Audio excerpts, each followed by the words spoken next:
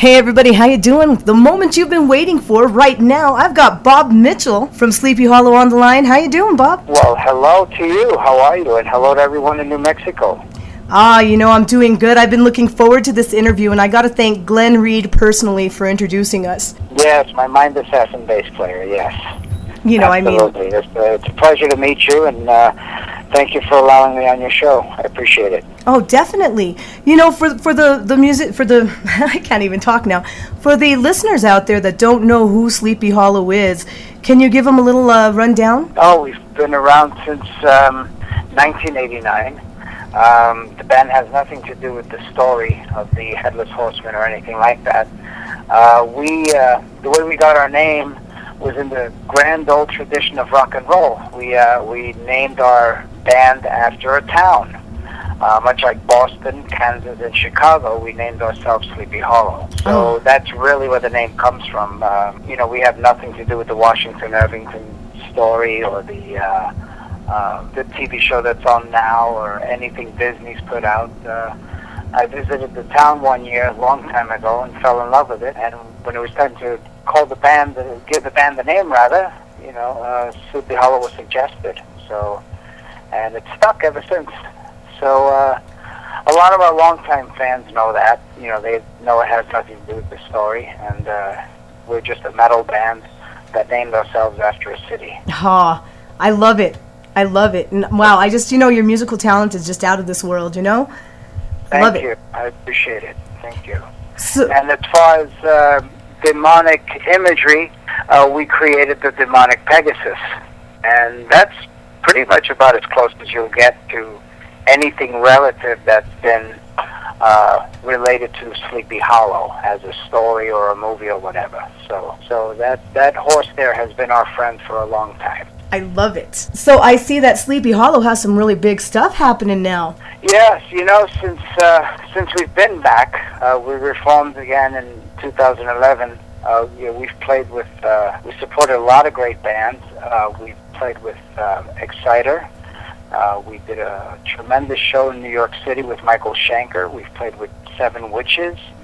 My good friends Raven, we were able to share the stage with them, as well as Metal Church not too long ago. Along with those bands, we've shared the stage with Oz and Shock Paris. The list goes on. And now all these things have led us to the big show, which is Rocklahoma. And we're certainly looking forward to that. Now, the day that we're playing specifically is May 25th, which is a Sunday.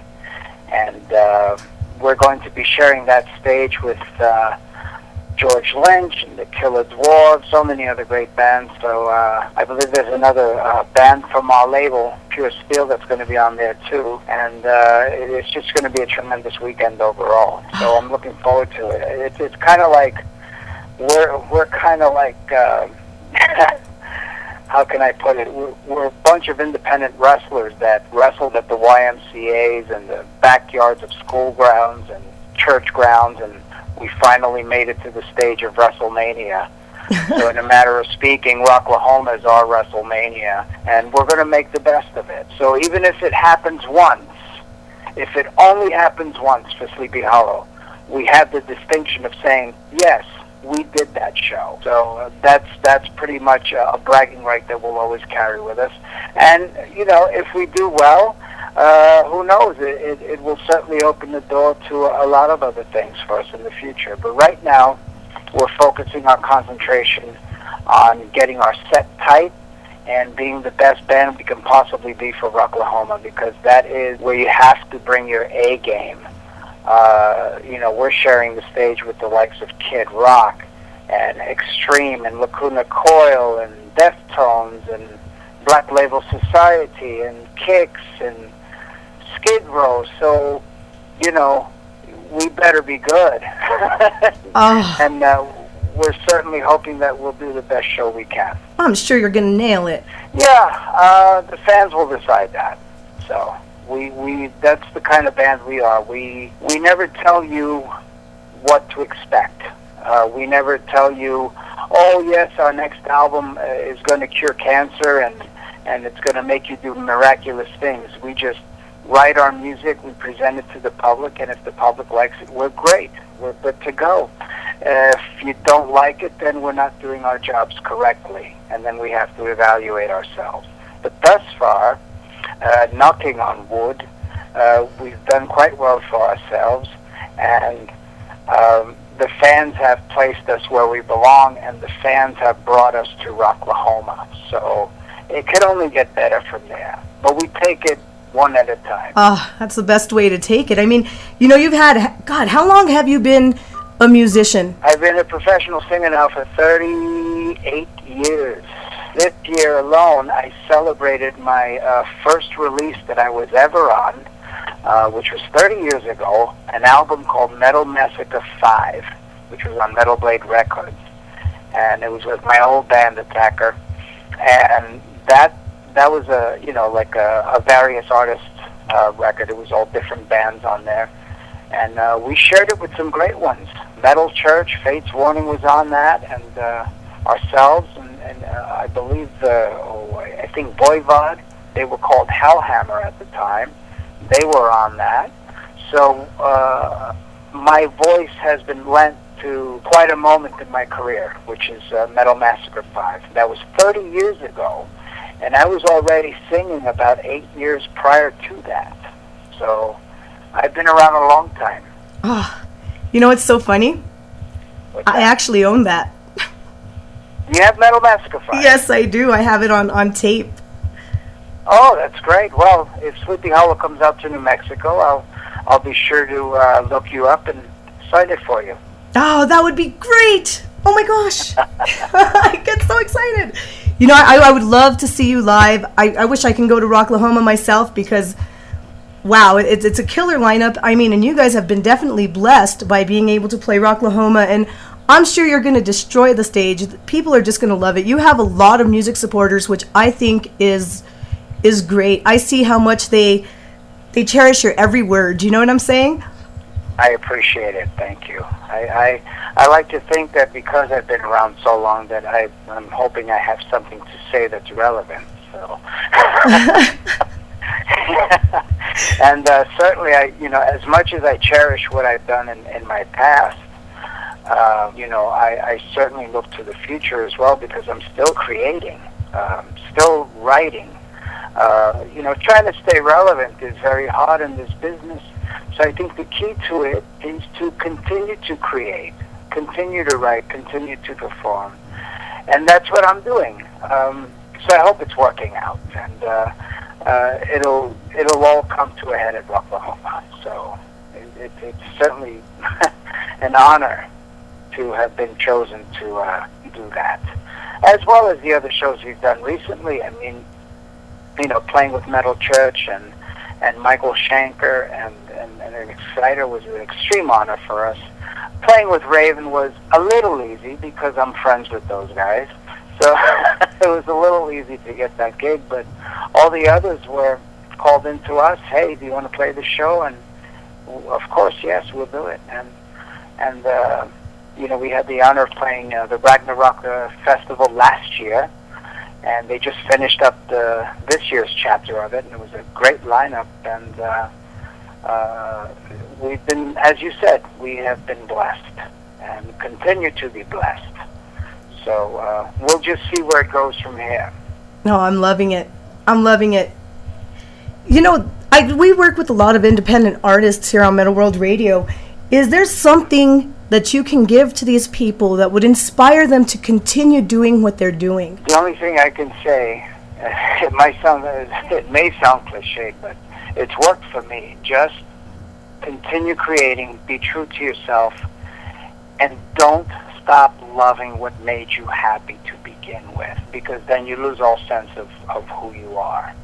In other words, I've been singing metal for 38 years, hard rock and metal for 38 years. However, it's not what got me to become a singer. It's not what made me, metal didn't make me want to be a singer.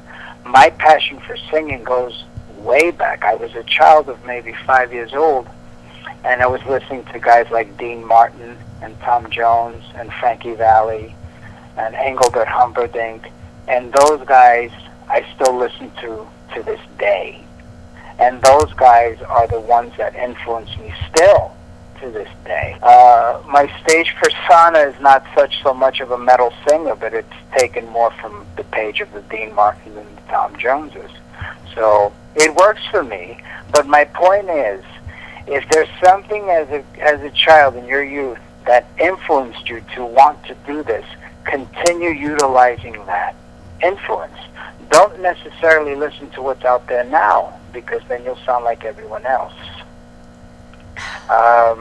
For me, I take pride in the fact of the influences that I have, and then later on with metal, the guys that influenced me were Udo Dirk Schneider and David Wayne, who I've had the pleasure of meeting, Mark Ternillo, who was in T.T. Quick, and he's now with Accept, and of course John Gallagher and John Oliva, but my greatest rock metal influence is Ian Gillan, and it wasn't from Deep Purple, it was from Jesus Christ Superstar. He was the original, and that's what introduced me to Gillan to begin with.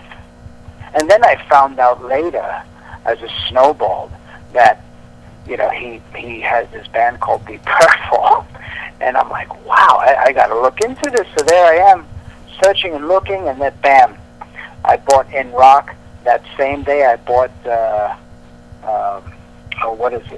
Wizard album, the Uriah Heep. I forgot the name of it now, but I bought that, and that's what got me going with rock, and of course Kiss and Atomic Rooster. I was heavily into, still am. I mean, those bands, I'm still a big fanboy, and I still listen to them like as if the album came out today, because their music is timeless. So my advice for the young bands, if you like Michael Schenker, play like Michael Schenker. You don't have to tune it down to D because 15 other bands are doing it. You do what you want. The beauty of rock and roll and heavy metal is not to be safe. It's not supposed to be safe. Corporate America has made it safe. I mean, there was a time Led Zeppelin were a no-no, but now they're more acceptable and they're safe, which is great because they're past all that. But if you're starting out and you want to stay in the game, this is what you do. Be true to yourself and your influences, and let the influences show. I still use my Udo voice when I sing certain songs, and I'm not ashamed of it. And the way I sing, the way I write, is in accordance and with relevance to the music that is played for me. If the music is melodic, I will sing melodically. If it's more aggressive, then I'm going to reach back and pull out the Udo and David Wayne voice. So it all depends on how it's written. But one thing that cannot be said about me is that I'm untrue. I am true to myself, not untrue. And that is the best advice I can give. You're a rocker. You play in a rock band. It doesn't matter what the genre is, metal, rockabilly, punk. You're a rock and roller. It comes from somewhere. Stick to it. It's rock and roll. I mean, hey, one of the best songs Judas Priest ever wrote was called "I'm a Rocker." Yes. Right? Not I'm a metalhead. I'm a rocker. That's what they are. Judas Priest came from rock and roll. They came from the Chuck Berrys and guys like that. Look at them now. They're one of the world's greatest bands. Iron Maiden came from bands like Wishbone Ash, who were the first band to use dual guitar playing. So it comes from somewhere. And to this day, Iron Maiden are huge Wishbone Ash fans. The greatest example of all, I'm sorry, dear. The greatest example of all is just recently, my friends Raven, they opened for Metallica in Sao Paulo, Brazil. Wow. Metallica gave back. They gave back to the band that inspired them to be who they are today. And that is the true essence of rock and roll. Wow. Wow. You know what? Those are the best words I've ever heard in my whole entire life. Yep. So if you're recording this, play this for the young bands so they understand. Oh, yeah, definitely they will. I mean, in chat room we have King Size from Italy, he'd like to know what you think of Meatloaf. What do I think of Meatloaf? Yeah. Well, if it wasn't for Jim Steinman, he wouldn't have a career. Very true. I love Meatloaf. He's a great singer and a dynamic performer. I mean, good Lord, if anybody puts it all into a performance, it's Meatloaf. But give the credit where credit is due to Mr. Jim Steinman, his songwriter, or else we would not have had Bat Out of Hell. Haha, so true. I mean, and that's the thing too, is that, a lot of people look past, where it comes from, like lyrically. I mean, do you write all of your own lyrics? Yes, I do, but it's funny about lyrics. I never really know what I'm going to write about. The thing with me is I'm only as good as the band I have. So, when I hear the music, I first formulate how it's going to be sung. Then the lyrics come later.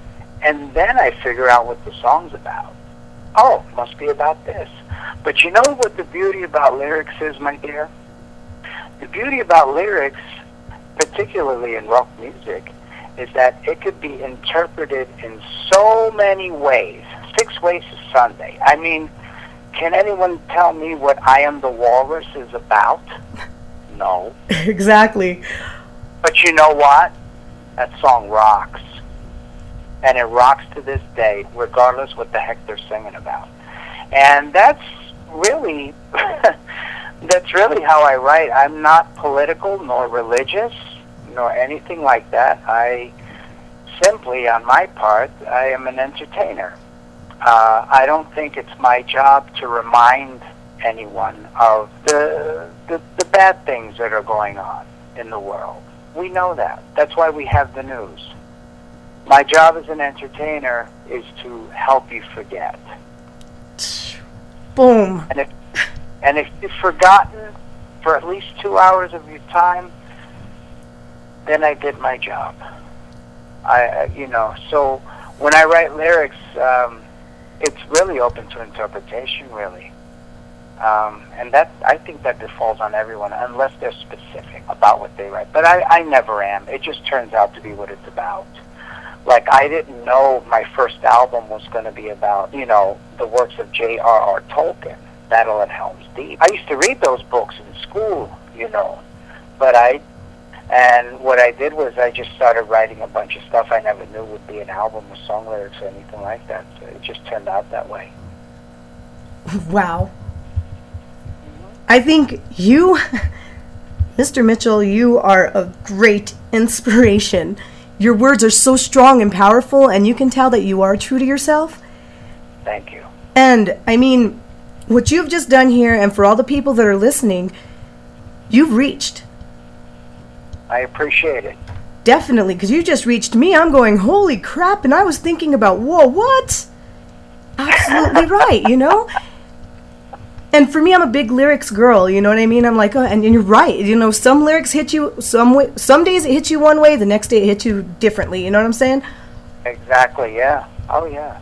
And it's all delivery, too. It's how you sing your lyrics, it's how you present it. Well, I'll give you a great example of that, because I sometimes I joke around with my wife about this. There's a singer, and he's one of my favorite singers, too. His name is Gary Puckett.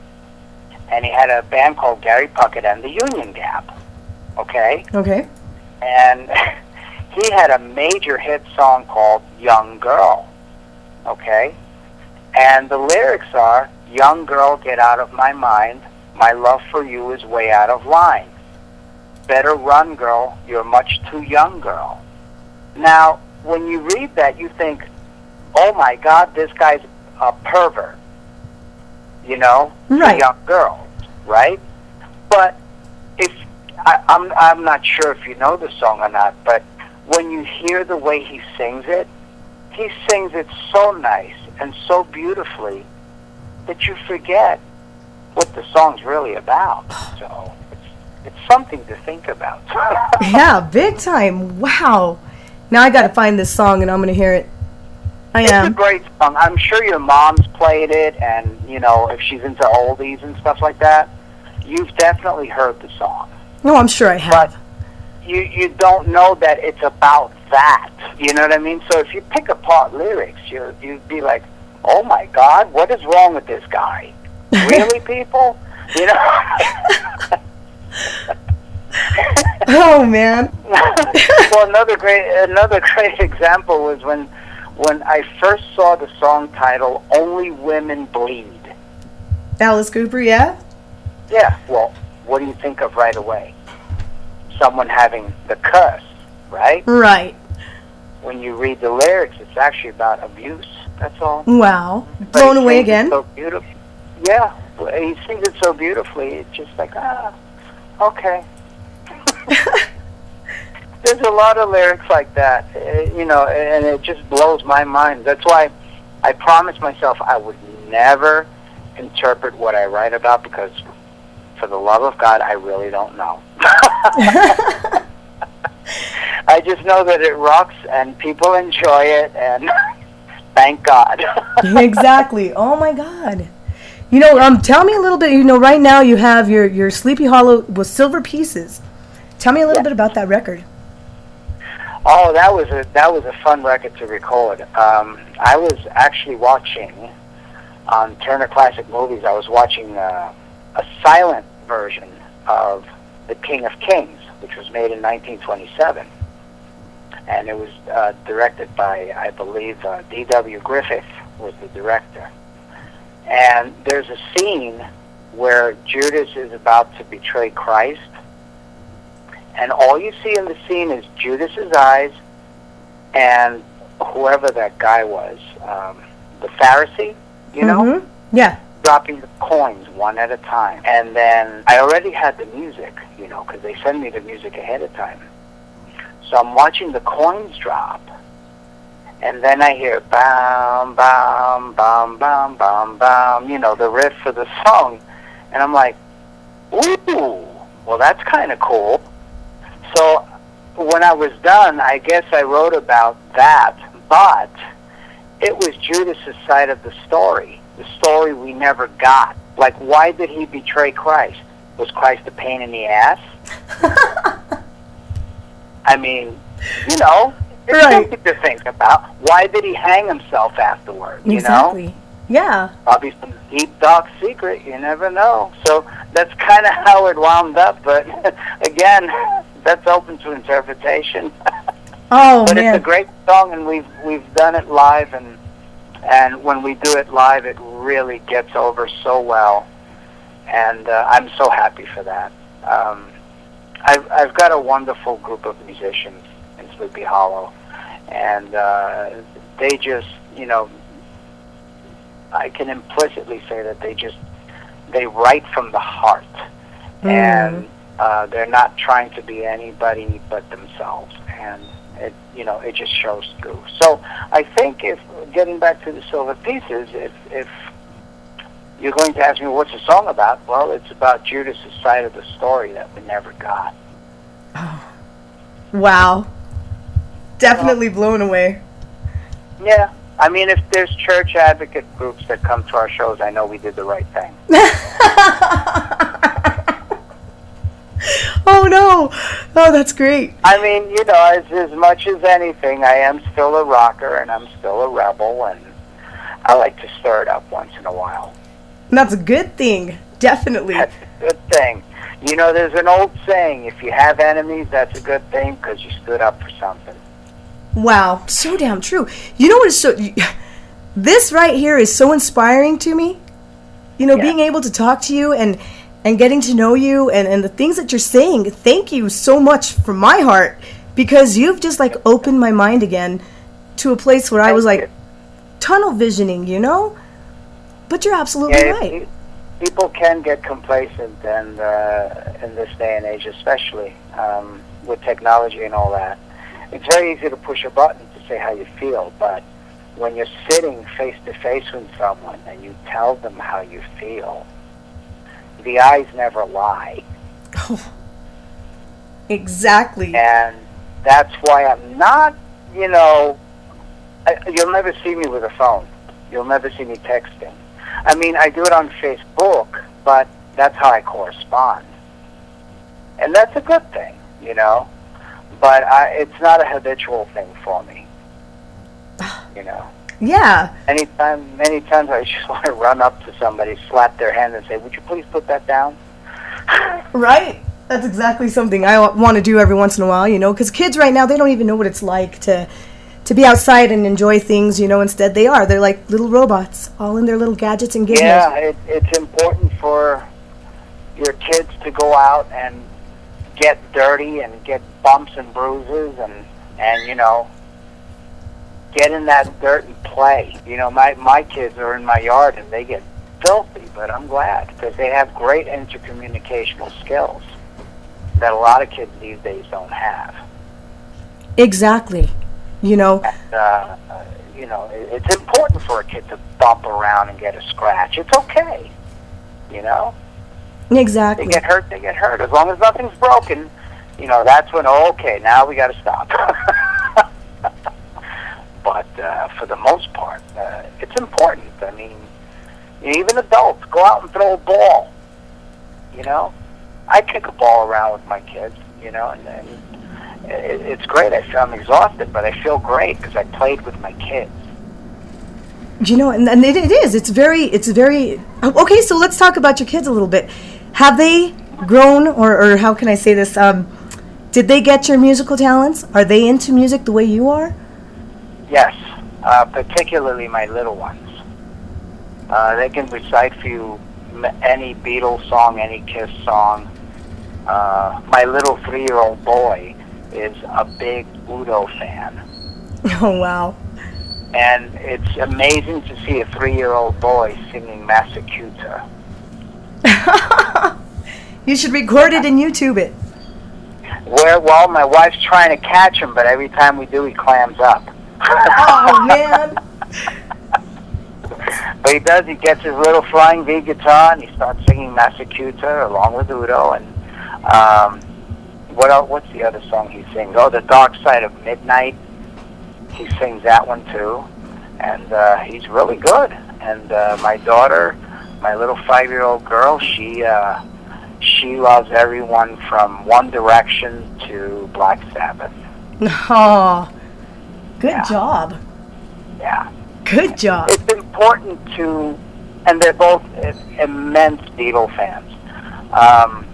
It's important to culture your children because when they hear those kind of songs, it helps with their vocabulary.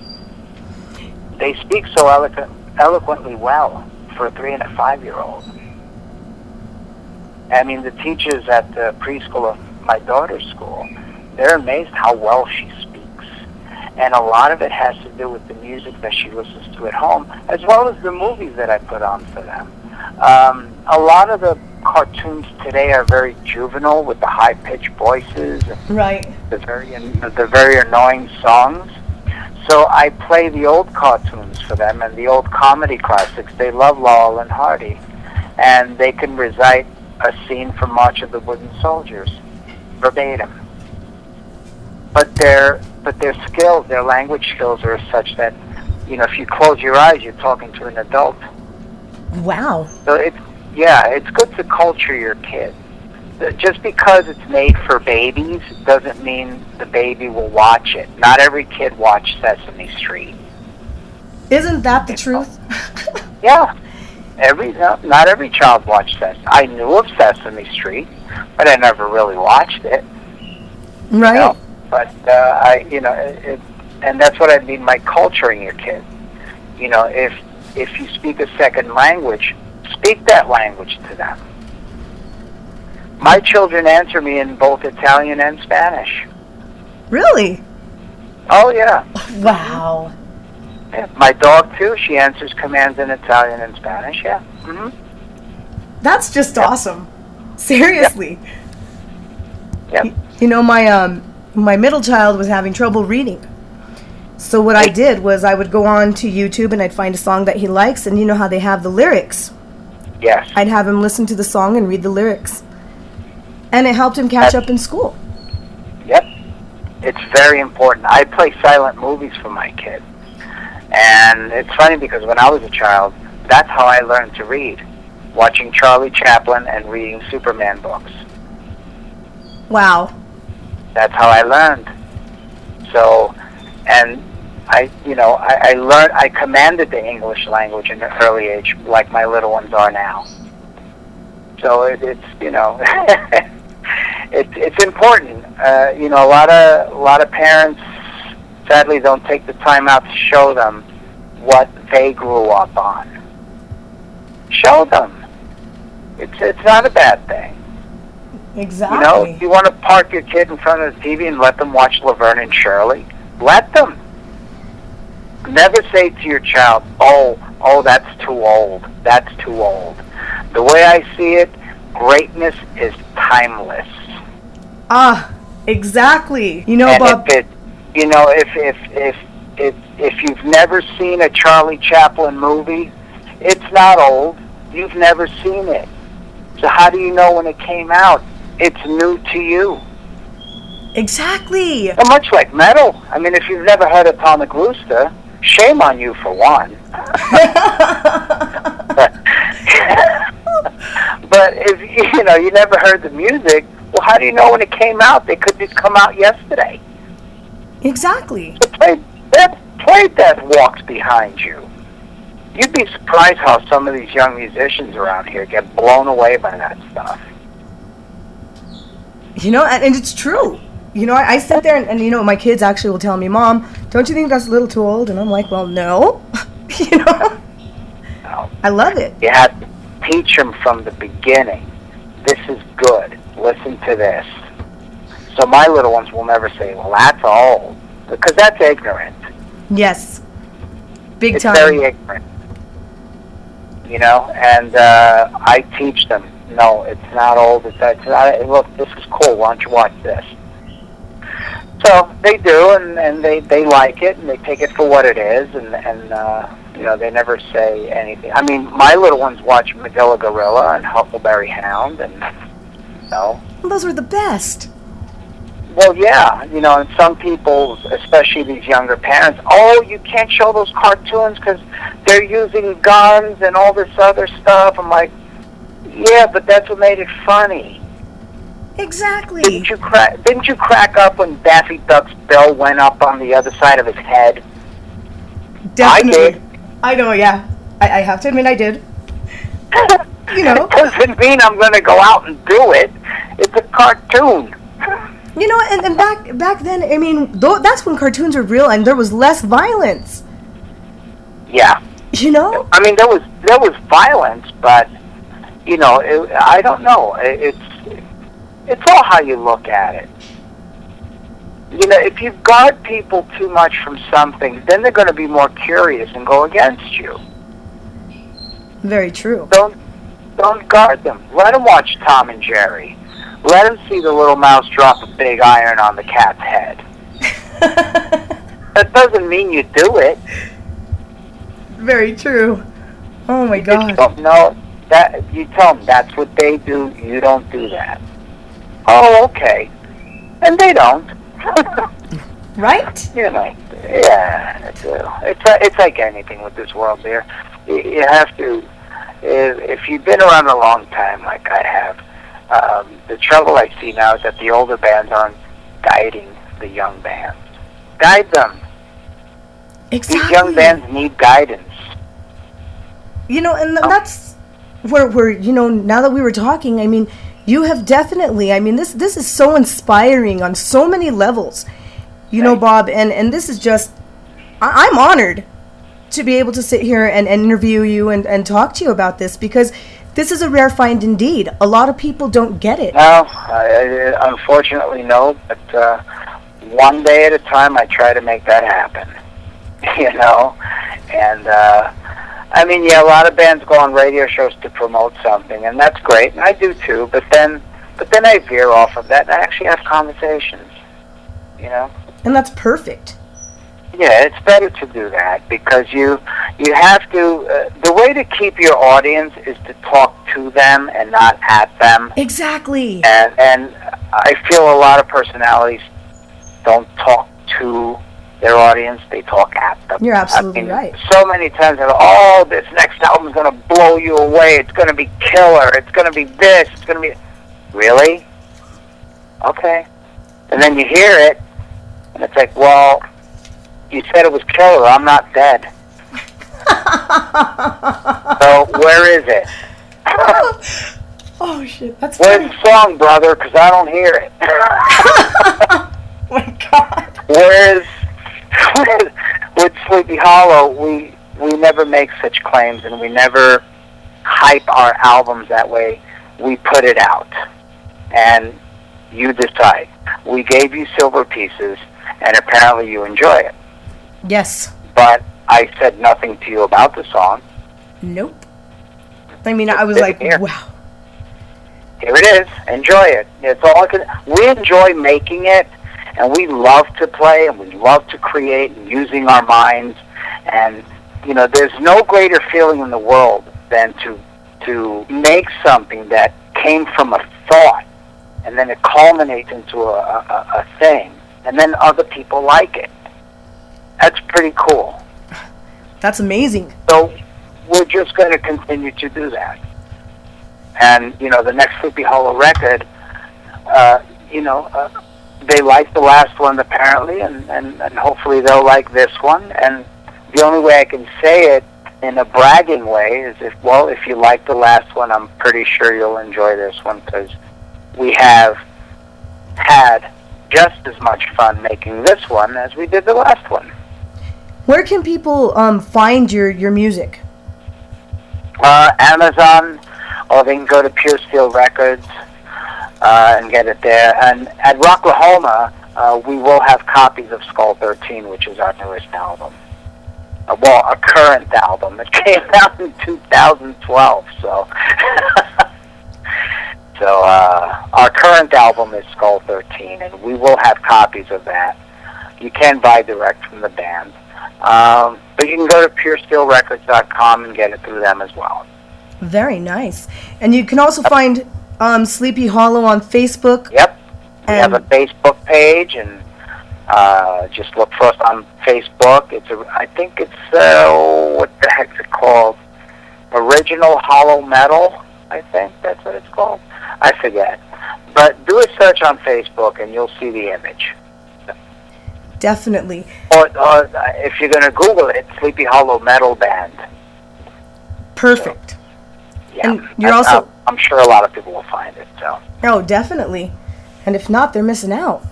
So you're going to be playing at Rocklahoma on the Sunday. Yes, May 25th. May 25th. You know, you guys got to get out there. You got to go see Bob Mitchell and Sleepy Hollow perform, because, I mean, this isn't obvious. With the fact that you speak from the heart, you say like it is, there is no rose-colored glasses. You are who you are. You're going to take them by storm, because that's a rare find indeed. We're certainly going to do our best. Like I said, we approach each show, you know, like, okay, let's do our best here, and then the crowd reaction says it all. So we're there to entertain. We're there to keep you away from your troubles for a little while, as will the other bands that weekend. My goodness, I mean, I'm still pinching myself over the fact that we're actually doing this, and I'm very, very excited about it. And you know, it doesn't stop with Sleepy Hollow for me. I've got other things going on too musically, so I'm still going on and on and on. You and I share a friend, Mr. Glenn Reed. Yes, I love Glenn. He is my bass player for Mind Assassin, and we're working on our first release, which will be a 5-song EP. And the album features myself, Glenn on bass, of course, my guitar player, DZ, and our drummer is none other than Joe Hazelvander from Raven. So, Mr. Hazelvander will be on our record. Not sure if we're going to be playing live so much, because, you know, I'll be busy with Hollow, and Joe's going to be really busy with Raven coming up soon. He currently is. But he, bless his heart, he squeezed in the time he had, and he did the drum tracks. So, and he did a brilliant job. And he delivered. He enjoyed the music, too, which was an honor for me. And, you know, with Mind Assassin, if this only happens once, if the EP is the only thing we did, well then, damn it, I'm proud to say that I did an album with these guys, especially Joe Hazelbander. So, you know, and if nothing comes of it, I still did a record with those guys, and it's an honor for me. So, and then here in Erie, Pennsylvania, where I live, I have a band called Old School, and we play out consistently, and we're doing tremendous business. And Old School will now begin. Oh boy, they want to write music now, so I'll be creating a lot of music over the next couple of years. Oh, how exciting. I mean, this is great. I mean, Mind Assassin, you know, Glenn is an amazing person. I mean, and then you're doing Old School. Now, Old School does a lot of covers right now, and then you're going to get into some original? That is correct, yeah. Oh, man. And we're doing, the covers that we do are not your standard cover songs. I mean, we do Hard Love and Man by Riot. We do Medal of Honor by T.T. Quick. I mean, we really hit we hit some of the underground. We do some, I don't know, I guess more well-known songs, I guess. We do Kick and Fight by Brittany Fox, which isn't a mainstream song, but it's a heavy song. And we do a lot of cool stuff. And we're adding Y&T to the mix and some Budgie. And, but the boys now want to write. And I said, well, that's good. Let's write. I said, let's do away with some of this cover stuff and let's incorporate some original material to our shows. And they're more than into it. They're writing right now. My guitar player in that band, his name is Tommy. He's got some amazing ideas. And I think it's going to be a nice record for everyone. So. Oh, you know what? what? I'll be busy for quite some time. You know, I have to see you guys live. Well, yeah, you ever come to Erie, Pennsylvania, we're always performing. We're going to have a very busy summer. We're booked right through September now. Holy cow. Yeah, we're really busy here. So that coupled with the Sleepy Hollow live shows and what have you, and I'm not sure what Mind Assassin's going to do on the live front, but I'm sure down the road we're going to play live as well. I think that would be just the most killer show to see, is to see, you know, all of your bands. I mean, you know, being one, you know, the vocalist, it would be kind of hard for you to play all three in one night, but... Oh, I could do 3 sets, no biggie. Check them out. I like that. Well, I look at it this way. With Old School, yes, you know, I guess for lack of a better term, we're a cover band, but we're not your average cover band. We do a 2.5-hour show from start to finish. Wow. We don't play a bunch of songs and say, okay, go have a drink, and then, what do cover bands do? They wait an hour, half an hour before they go back on stage, right. And then you lose half the room. You know what? That's so true. Yeah. The way I see it, if you're going to pay $5 to see us perform, we're going to give you a $50 performance. Ah. And that's what we give. Old School plays 2 hours straight. No BS, no trappings, no nothing. We just straight 2 hours. And they love it, and they stay. They stay to the end. And we have such a great time doing it. So. And that's extremely important, especially for the scene. You know, you want to keep people's attention, especially when you're doing live shows. And man, absolutely, yeah. You got it down. We do our best, and like I said, we're doing tremendous business here. So it's nice. It's really nice. It's nice that I can still do this. I was told one time when I left my old band, Attacker, I was told that, you know what, Bob? You'll never amount to anything bigger than this ever again. Well, I say, guess what? Right? You're like, thanks for the fuel, because now this fire is burning. I put out a full-length record with Sleepy Hollow, on the way to the next one. I have an EP coming out with Mind Assassin, doing great business with the Old School Band, and putting out a record with them. I'm proud to say that when the new Sleepy Hollow record comes out, it will be my 20th consecutive career release. Wow. And I've got more to come. Oh, definitely. Oh, my God. Yeah.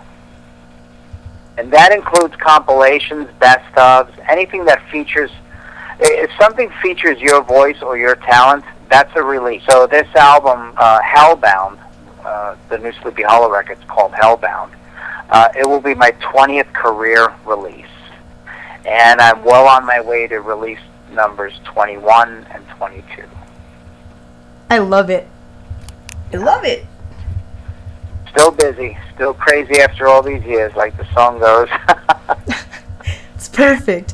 You know, Bob, I got to say thank you so much for taking time out and doing this interview with me. It's been an honor and a pleasure. It's been a pleasure for me. I enjoy doing interviews. I enjoy meeting new friends, and I hope I've made a few today. And I really would, I just thought of this. I've been what? Did I say I do this 38 years, yes? Yeah? I've never performed in New Mexico. Well, now that's got to change. Well, we might have to change that. Yes, definitely. So, I'll put that thinking cap on, and I'll ponder that for a while. But it seems as though if Sleepy Hollow come out there, I'm sure we would do quite well. Yes. Oh. Definitely will, and I will bust my ass to make so. Think about. Can you do a shout out for Metal World Radio? Of course I can. Metal World Radio, fantastic station. I just discovered it because I just met you, and great personalities, great format, wonderful music, and it's really great for me to be on here. I'm very pleased, and anytime you want me back, you just let me know. I will be more than happy to come back on the air. And to the people of New Mexico, I hope to meet you someday. And I really, these 38 years, my God, it's easy to say I couldn't have done this without the fans. And that's true. Without my fans, I could not have done this. However, I did have help. For 38 years, I've been surrounded by incredibly great, talented musicians that help me put forth my vision of what a song should be and how it should be presented. And to them, I say thank you, my former bandmates. Whichever way these things turned out, good, bad, or indifferent, the fact remains that while I was with Attacker and my other bands, we created some great music, and we were able to see the world because of the music. And now I continue to see the world because of who I'm with now. And it just continues on. And, when it's all said and done, I'm going to continue singing for as long as God allows me to sing. And when the day comes that He doesn't allow me to sing anymore, I can look back, look at my tour posters, and look at my record albums on the wall, and look at the pictures of my kids from when they're babies to when they're going to be big, and my wedding photos, and my certifications for nursing. Yes, I'm a nurse outside of rock and roll. Wow. I look back and say, hey, look at this. What did you do today? Oh, I love it. I love it.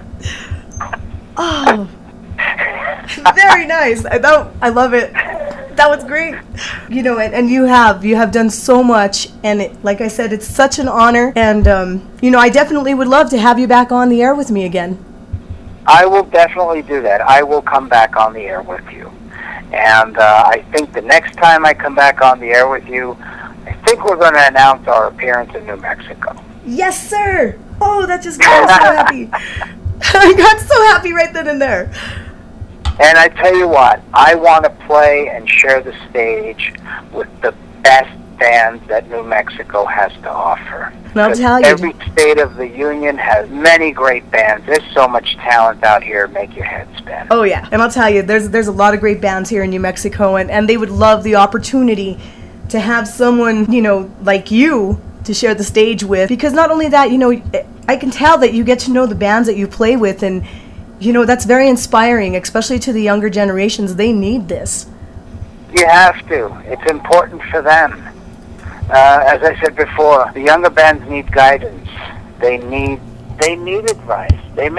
Some of them may be too proud to ask for it, but you know, they come around eventually and they ask for it, and we give it to them. Very nice. But again, I want to thank you so much. Thank you. Enjoy the music. Enjoy the spring. Enjoy the summer. And God bless you. Thank you for having me on, sweetheart. Oh, definitely. Thank you again. And I hope Rocklahoma, you just kick their ass. Oh, we'll do our best, as I said. Oh, I'm sure you will. I love it. All righty. All right, Bob. Thank you so much. Take care. New Mexico, thank you. And this wonderful radio station, thank you for having me on the show. Take care. Oh, definitely. Thank you.